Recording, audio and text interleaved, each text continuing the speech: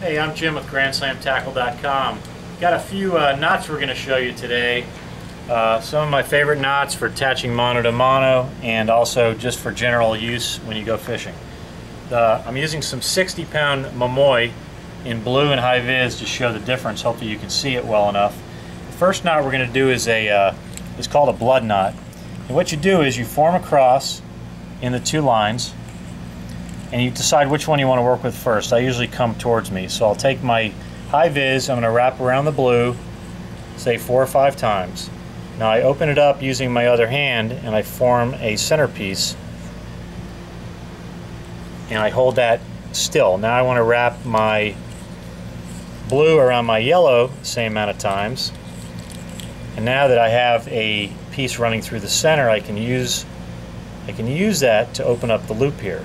What you want to do is go through the opposite way.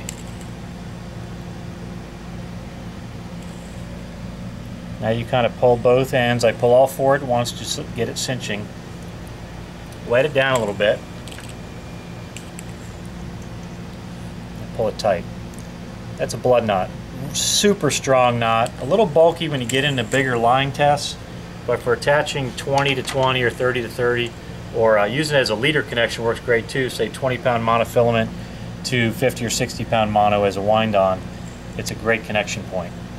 Never had any failures in a lot of years fishing that knot.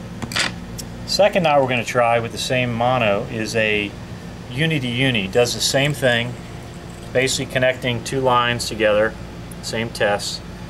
What you do is you just lay them side by side and you take one or the other to start and you make a loop like so.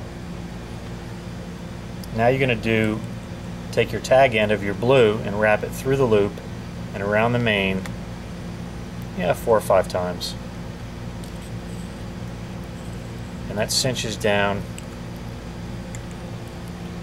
fairly well. Probably could tighten it down a little more, but they'll come together and tighten totally. Now you come back over here to your yellow, your other high vis, and you form a loop.